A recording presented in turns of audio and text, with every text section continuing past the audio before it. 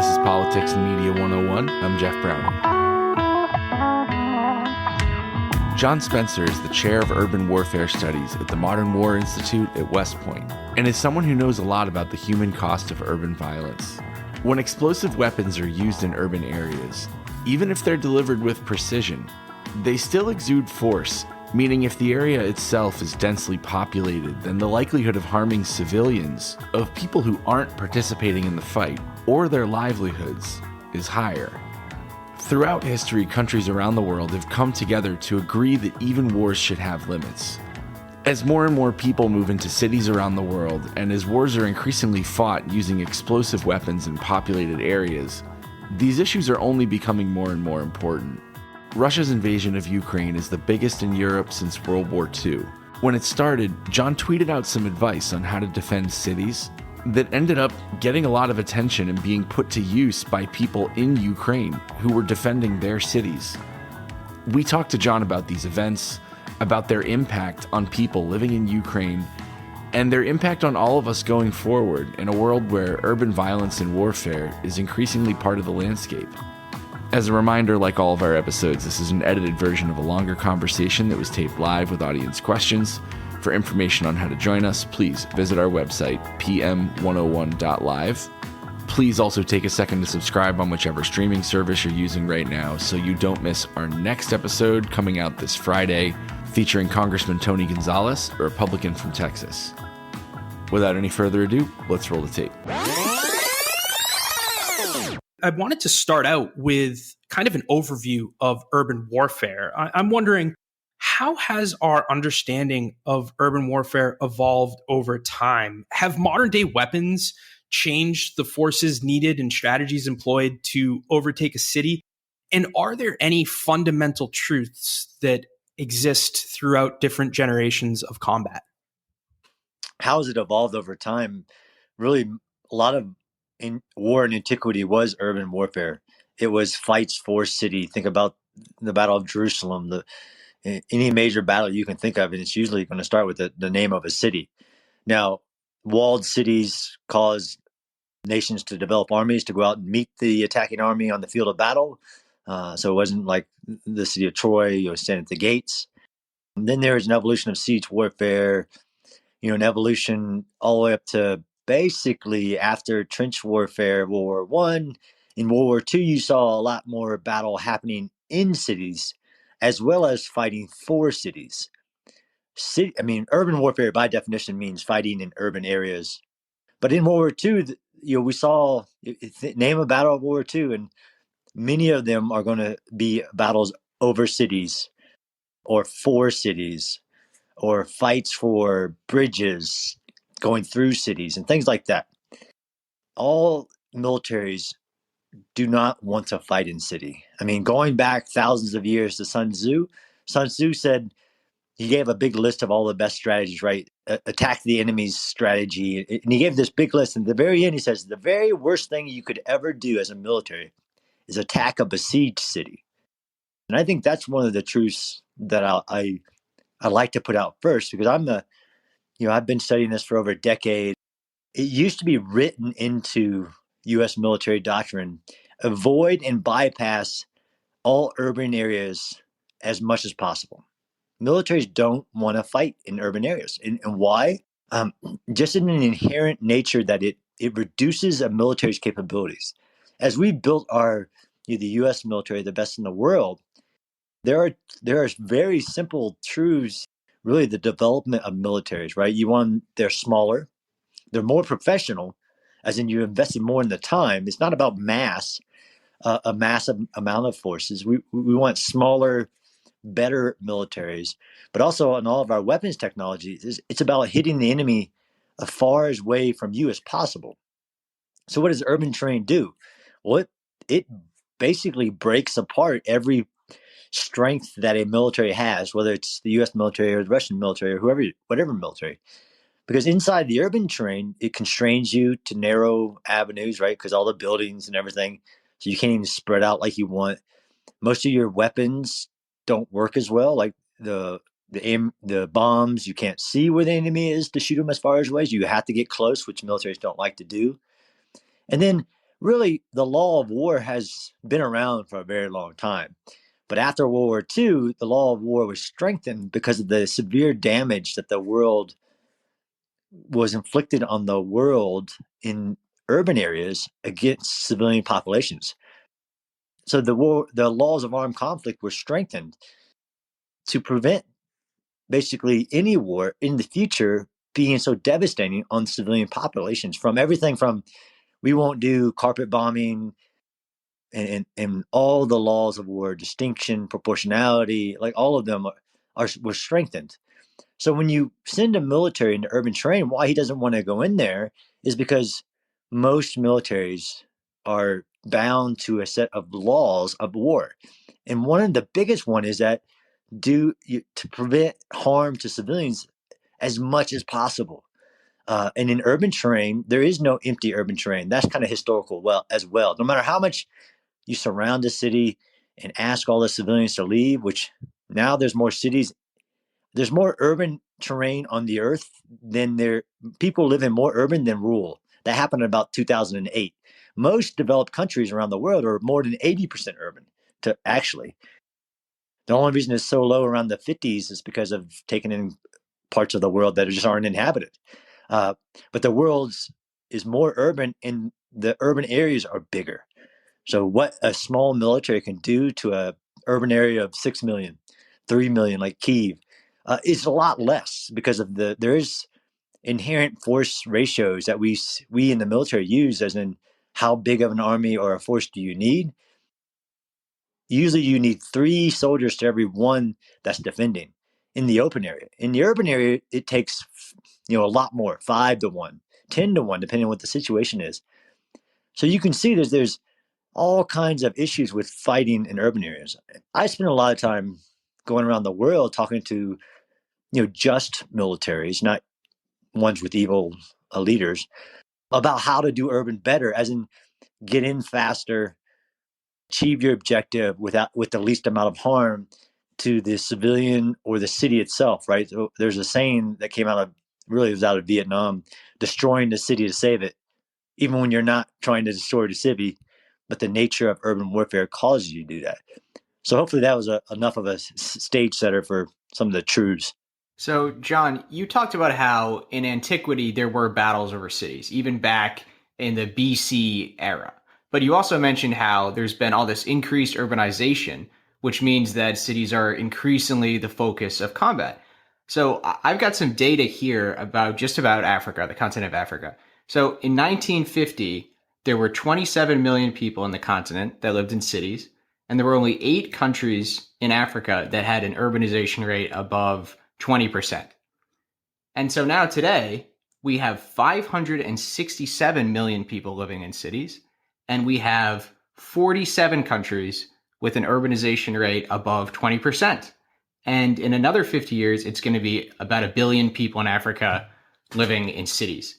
So it seems to suggest that even in parts of the world that have been traditionally more agrarian, there's so much urbanization that the future of combat is going to be fundamentally urban, because where there is fighting, it will be in cities, because where there are people, they will be in cities. So what does this mean for the scale of human suffering that we might see in contemporary and future combat? If all of the fighting in the future is concentrated in these very densely populated areas that are appearing everywhere in the world, even in traditionally agrarian parts of the world, what does this mean for the number of people that are going to be directly affected by combat in the future? Yeah, I mean, I've spent a lot of time going around the world trying to argue that the future of war is urban. And to be honest, not many people believe it. And there are reasons for that. I mean, another figure I usually like to give out is that according to the United Nations, 180,000 people move to a city a day. And that's almost what I learned in grad school is in numeracy, where the number is so high that it doesn't really mean anything to the people you're talking to. Is they just can't fathom what that means. Like how many Bronco football stadiums are we talking about here? It means, I agree with you. So we know that the impact of global warming means that in the urbanization of the world means more damage, more cost. But why talk in hyperbole about what's in the future? Why not just talk about the war in Ukraine? There's nothing going on in Ukraine that isn't urban. All roads lead through urban. Urban are natural checkpoints. They're highly defendable. This is a really amazing vignette into the future of war, as in the days of million-man armies that will clash in the open are gone. As a matter of fact, that really famous author that wrote the book on Stalingrad, Anthony Beever, said the days of maneuver warfare in the open are over. There are just too many inherent facts of geography. Terrain still matters, despite evolutions in artificial intelligence, robotics, drones. Terrain matters. And yes, that means, and we've seen this in the last 10 years, really just 10 years, the suffering that it will cause on the world's population increases. And it should be a deterrence to war, right? So war is about preparing for war so that war doesn't come. You would think it would be a deterrence to war, but it is, I think, a very clear sign of the future. Let's start talking about weapons and tactics, what this means, what the urban focus means practically. So how much do advantages in weaponry really matter when you're fighting in a city? We know that in trench warfare, in Napoleonic era warfare, having a technological advantage meant a lot. But when you're fighting in a city, how much do these kinds of technological advantages and advantages in weaponry really give you an advantage? And what kind of weapons would you want to be successful in this condition? Some scholars have called the urban terrain, and I will call it as well, the great equalizer. And by that, it means it doesn't take away military technologies, but darn if it doesn't degrade the most advanced technologies that are in development or in development in the foreseeable future, because of the fact of the dense populated areas.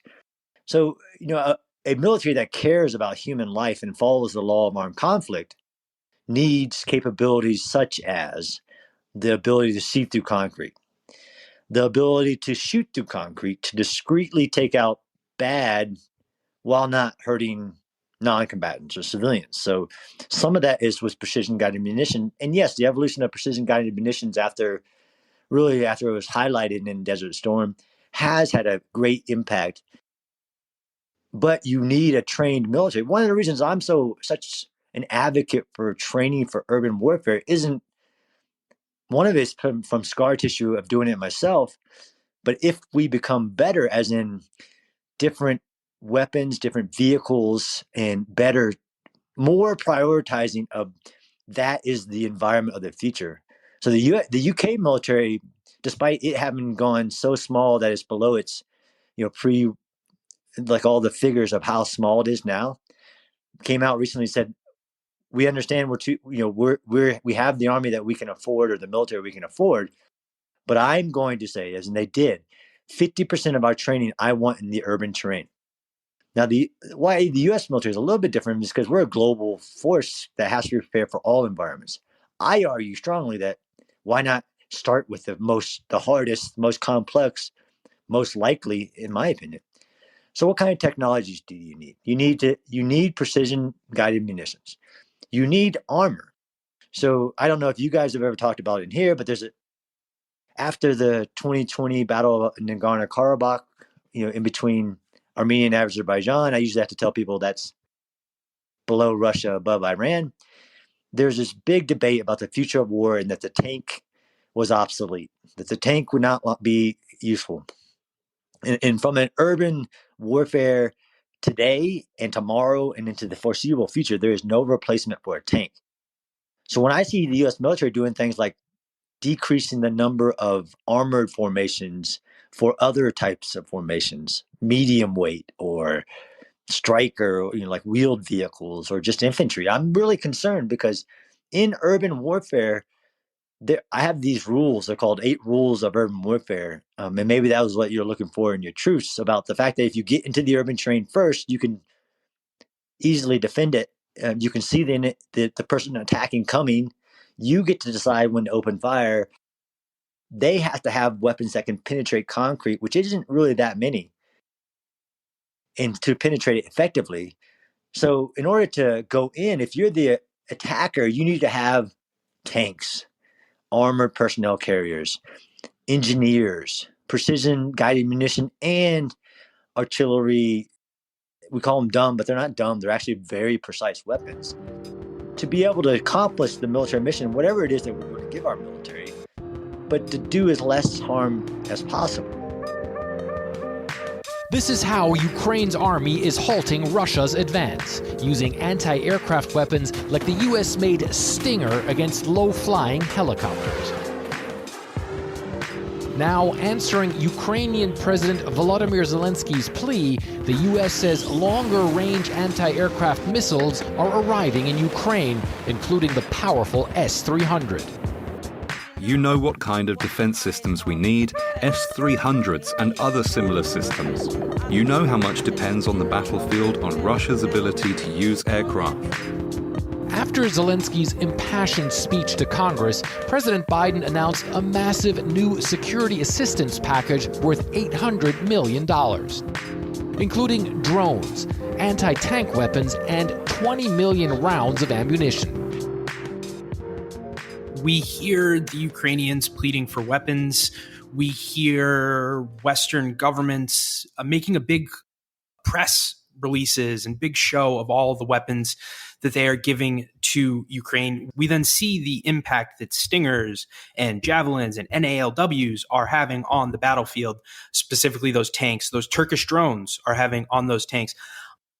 Are there any weapons that could make a significant difference in the battlefields, in the cities, in the country of Ukraine that the U.S. could provide to Ukraine, that the Ukrainian forces could use, that we are just refusing to provide? When the Ukrainian war started, me as an old guy who studied urban warfare started putting out tweets that ended up going viral in Ukraine. And then I took my tweets and put them in a manual. And if you look at that manual, which is available online, it's literally stuff that goes back to antiquity, like siege warfare tactics that are as true today as they were thousands or hundreds of years ago. Things like if you block the roads, then it's really hard for anything to come in. Or the underground, which started in antiquity, right? So sapping, going under a castle wall. Tunnels at today and into the future, the underground, which the bigger cities get, the more they go vertical and the more they go subterranean, will become huge. Weapons that the Ukrainians need. So it's really hard to talk about what is needed in war without the context of the phase. From day one in Ukraine, there was a Russian objective in the war. Number one, the decisive operation was to invade, penetrate, and get into the capital city, take the seat of power, which is across time, take the seat of power, remove the seat of power, and put in a Russian-friendly government. So what weapons did they need at that point were defensive weapons, to be honest. They needed anti-tank guided munitions. And there's a reason they needed those. They needed things to contest the air, because step one of invading a country today, 30, 50 years ago, and into the future is you got to own the sky, because that allows you to bring in all your other advanced capabilities and to maneuver forces around. So what does Ukraine need that we're not giving it? You know, because we are apolitical and I'm apolitical. They need things that they can use, like, let's be frank, like very large ADA systems, whether that's a Patriot, whether that's many other systems that we use. They need advanced drones, let's say Predator. I mean, the reason the Turkish TB2 is so popular because it's relatively cheap, relatively lethal loitering munition. We have our own versions of that. We did give intelligence, which intelligence is huge. The thing is that some of the things that we could give them may not be useful depending on what phase of the operation. Now they're going into the attack, and they do, and they need that. but they need weapons that they can use rapidly without a lot of training. They have been trained, and my former boss went in once a month with General Abizaid to be the advisor to the Ukrainian military modernization, and the Javelin was a huge part of that. I mean, the list is just so long, but what are we not giving? I mean, I personally, the whole thing about giving them the bold move to give them a no-fly zone. Could we give them other ground-based systems that would help with that?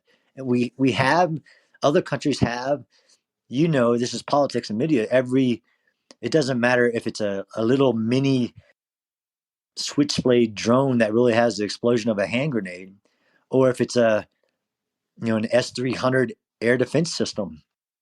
They need it all. What do we? There's a couple things that we haven't given them. I can't think of any off my head, right? Because some of the things that I would use, the Bradley, the tank, I think they could use a lot more rocket systems, to be honest. MLRS, towed artillery. Yeah, so I guess I could make a pretty big list of things we haven't given so far that would be going all in, but being able to track it and use it. But there is a bit of it knowing what they have versus what they need. I hope that answers some of that.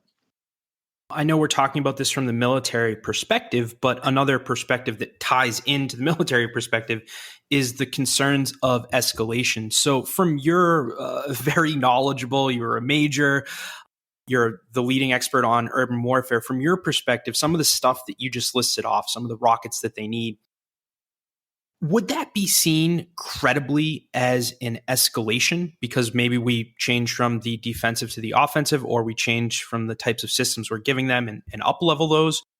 And why do you think maybe our government or the West in general hasn't just provided even more of what you just listed off? I think in a political environment that every item will be public and will be, or if not public, then checked by Russia and cross this imaginary political line that they think that exists, right? So that's why the flying zone was never going to happen, because it would put an American soldier potentially engaged in a Russian soldier or any other NATO country soldier. If whatever it is requires somebody else to operate it, it's just not going to happen, because it would escalate. It would allow Russia to escalate. The same, in my personal opinion, if he ever used chemical weapons, it would escalate and cross these lines. Some of them very overt, and some of them not, right? But I actually honestly think that sometimes when Ukraine asks for things, they're what has been agreed to, but behind doors, like the Switchblade, like the Australian wheeled vehicle, like our MRAP that recently going there. They're all war is politics by other means. So this is the heart of it. So I really don't know what the true lines are, what the backdoor channels, even with Russia, is like. Hey, look, just so you know, if you give them this, we will consider that more lethal aid than. I think personally, if it drives, or if it can be given across a border, as in you pick it up outside the border, you drive it in yourself, I think there's personally very little limits. Now, with some of the higher tech stuff, like the F-16 and the jets and that kind of conversation, each country that isn't us has to make a position of a different political position than us, because we come to a political bargaining table with power. We can cross lines that other people can't because we're more powerful, and Russia knows that. I don't think it would have the greatest effect. So some of the things that have made very popular media arguments of why can't we just give them this? I personally believe, in my study as teaching everything from tactics to strategy at West Point, and my research in urban operation, that device that we are arguing about wouldn't have as big an impact as people think. Closing no fly zone would be night and day. But that was never going to happen, because you can't give a no-fly zone without actively controlling it. You're with a foreign fighter in a foreign, even if it wasn't even a foreign plane. So some of these assets, I think that why can't we just give these, aren't the game changers that people think they would. Because of the nature of the international order that we establish, this is our system, we established this, that if you're not in NATO, then we can't come save you. Or these red lines are what other nations can do, and it's considered an international armed conflict, or it's an internal matter that sometimes break the rules of human rights. We established this international order, and until further notice, we have to follow it.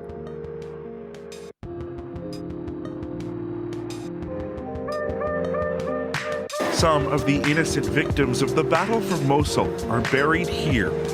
Iraqi civil defense crews search for the bodies of the Abdullah family, 13 in all, killed when an airstrike brought down this house in western Mosul in late February.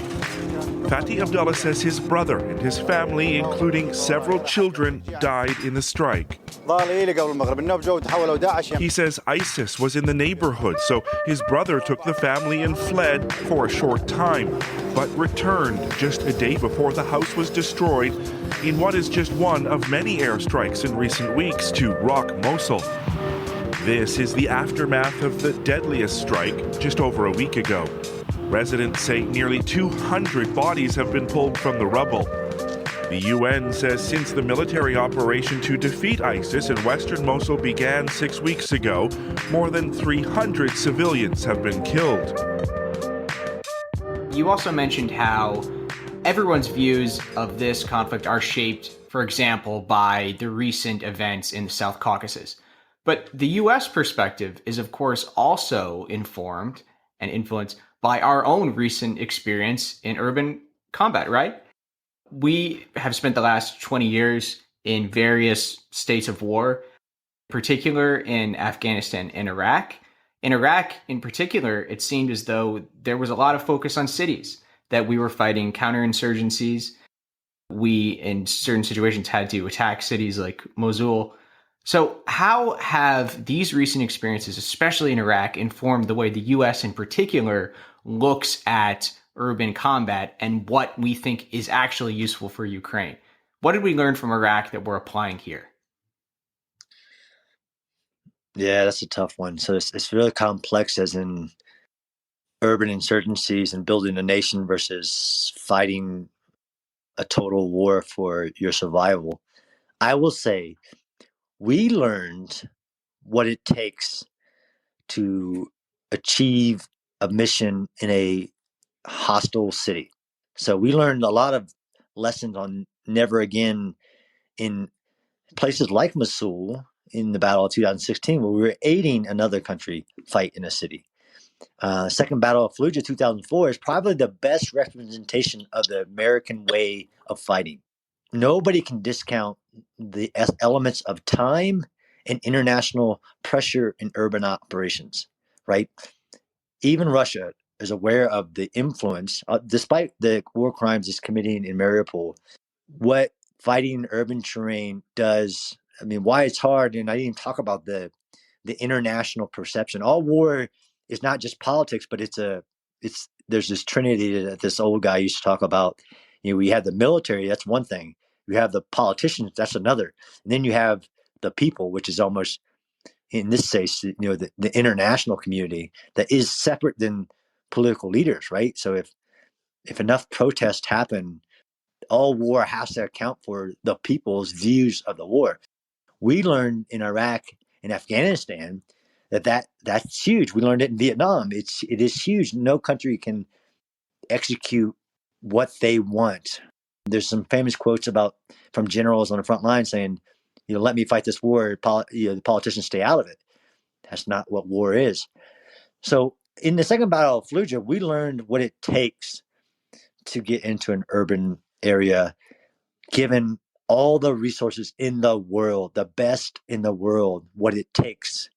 It still comes at a cost.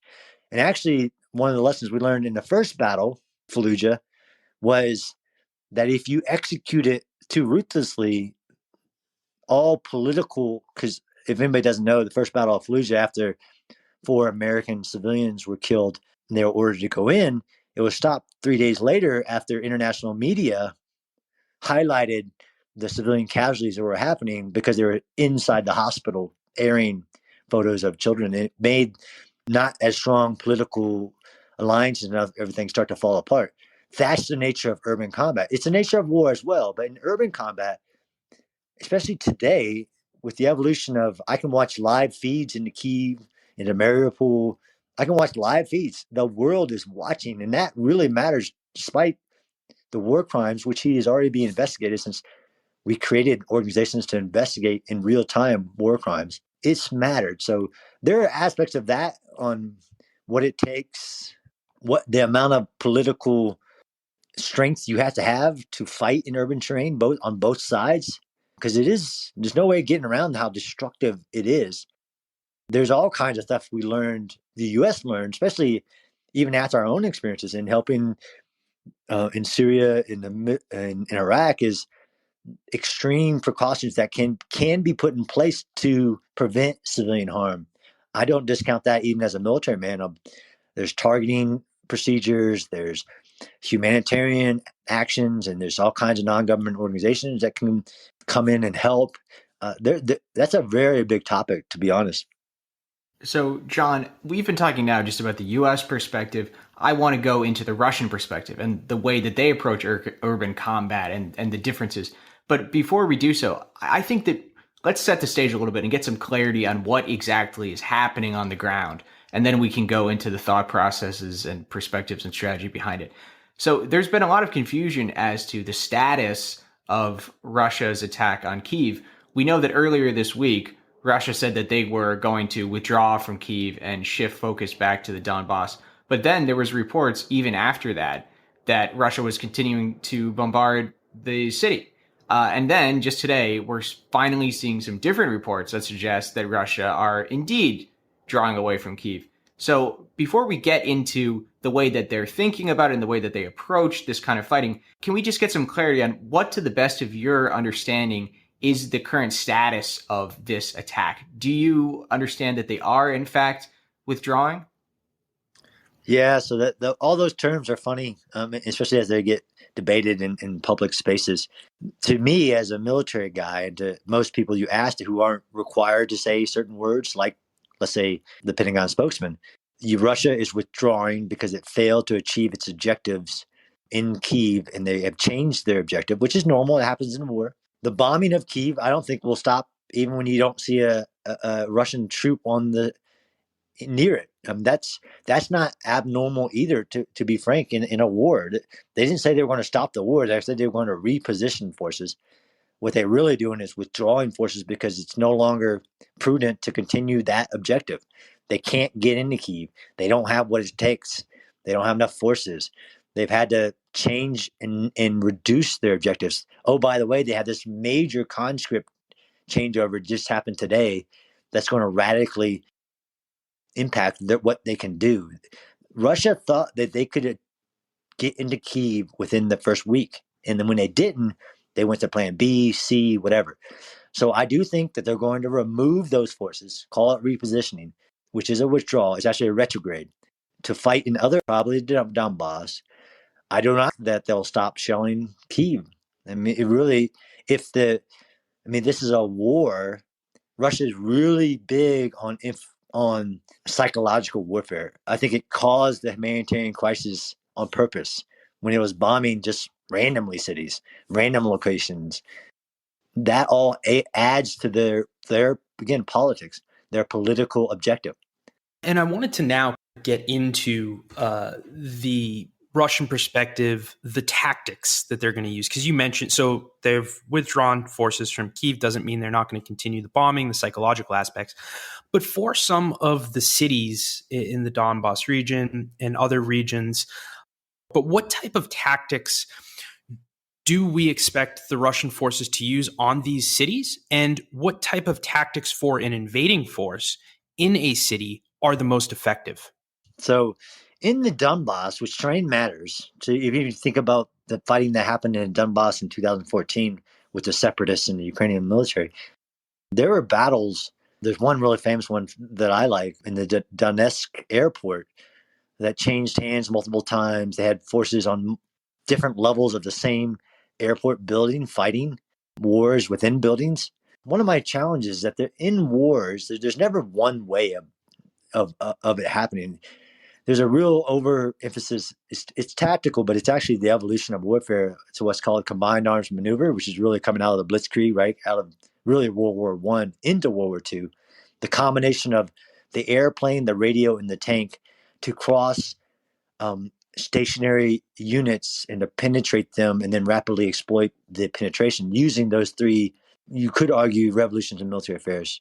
But it was really the combination. It was the tactics with the technology in many other aspects. In the Donbass, if Russia can reposition, rearm, resupply, and then make another, it's another war in my mind. It's another front to take the Donbass.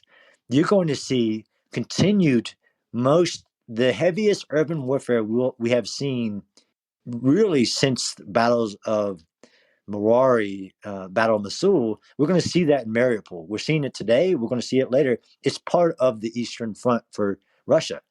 But in the Donbass specifically, like in Luhansk and Donetsk, you have 1/3 of the Ukrainian military dug in.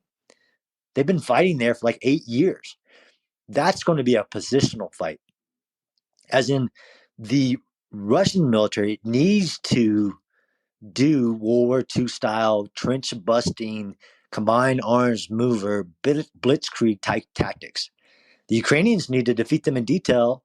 And even when you're defending, we have things called mobile defenses, where you have one aspect that's stationary, and then you have another one that's actually maneuvering on the Russian force. That's still what we call a mobile defense. So the tactics that work in taking a city are extreme intelligence to identify any possible enemy locations. So Russians don't have that. They just don't have the same intelligence architecture that a joint force like the U.S. or British or other forces, and plus we fight with partners, so that's our power too, is our relationships and our mobility. To be honest, our power is our logistical backbone, which is what we say is that amateurs talk tactics, professionals talk logistics. That has been shown in this war as well. So logistically, can Russia even do an Eastern Front fight for the Donbass? A lot easier, right? Because it's along the Russian border, a lot less challenges, but it's still extremely, logistics is what wins wars. To do it in a city, you need an extreme intelligence apparatus. You need 4 times the amount of ammo. You need 3 to 8 times the amount of force that is defending it. So let's say there's 4,000 soldiers in Mariupol. You need, 20,000?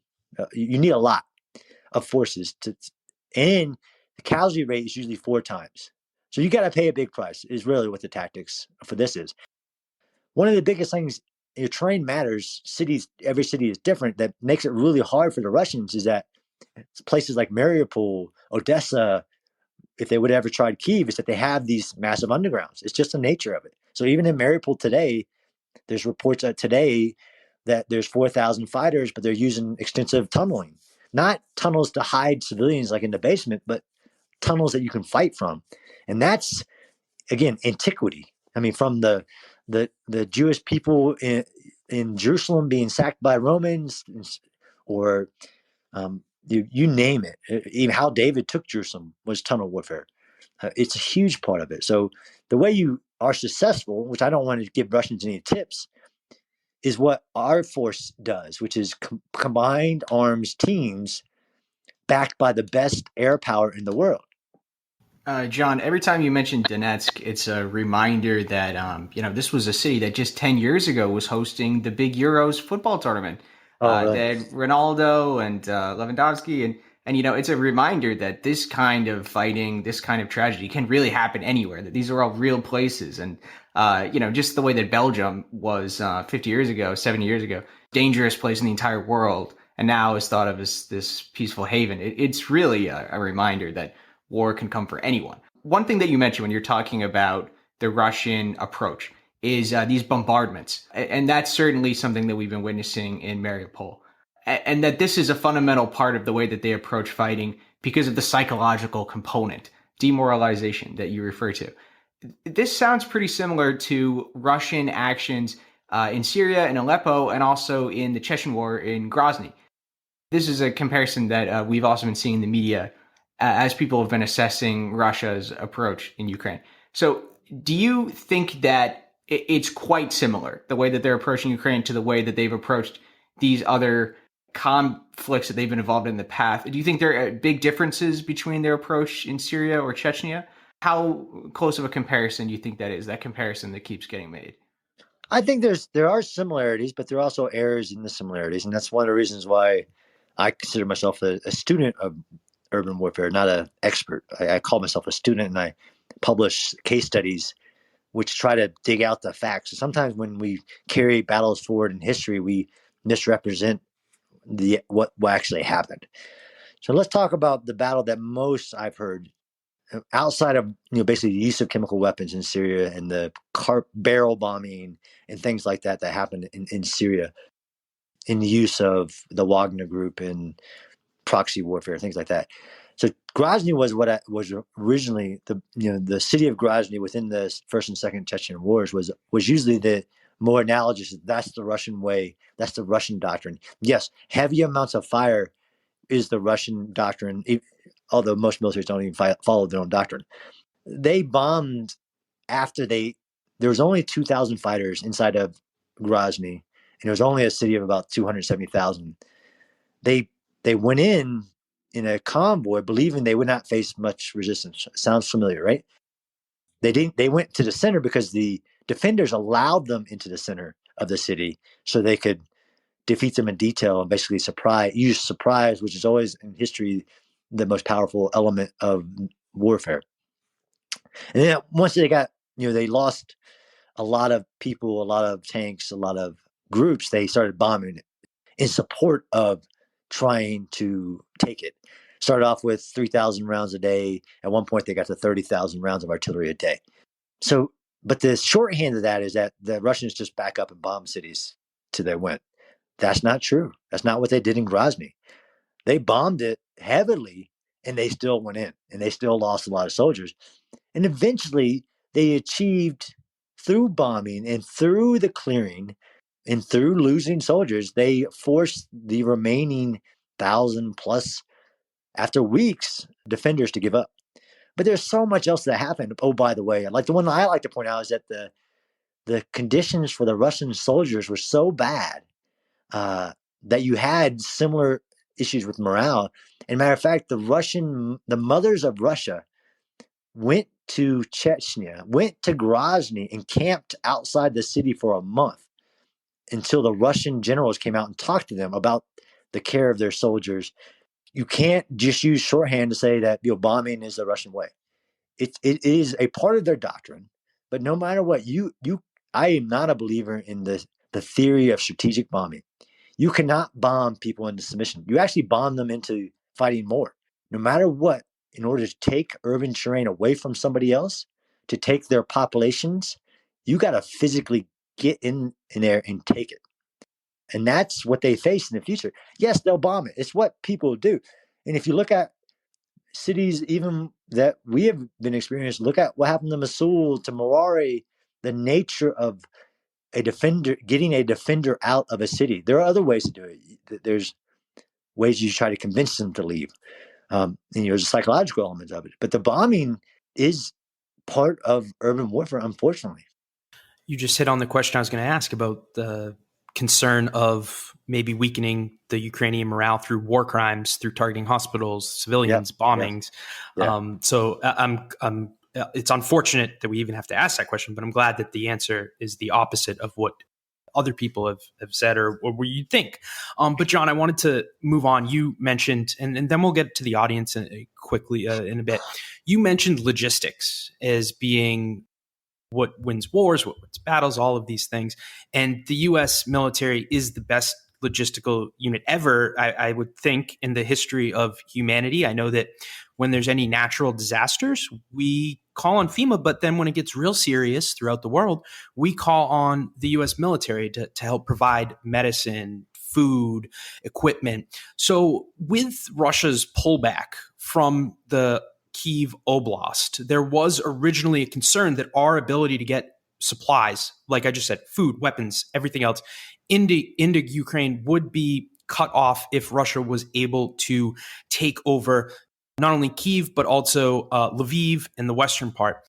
Considering this change in tactics, does this give you more hope that our logistical supply lines will stay open and that we'll be able to continue providing Ukraine with everything that they need to continue fighting back? Yeah, that's a complex question. So, yes, of course, but one, terrain mattered, and there was significantly unlikely that Russia had enough forces to isolate the supply lines coming out of Western Ukraine. It just wasn't possible. Their only hope was to encircle Kyiv and but it's just near impossible to really siege a city today. What concerns me, one, so if the Western lines, land lines, right? So air would significantly increase our abilities, as in the West ability to resupply Ukraine if we could help them with the air. So there is a connection there because air allows you to resupply and move and things that you can't. So driving from one side, literally to drive from Lviv to the Donbass. How far is that? That's what, 14 hours, something like that.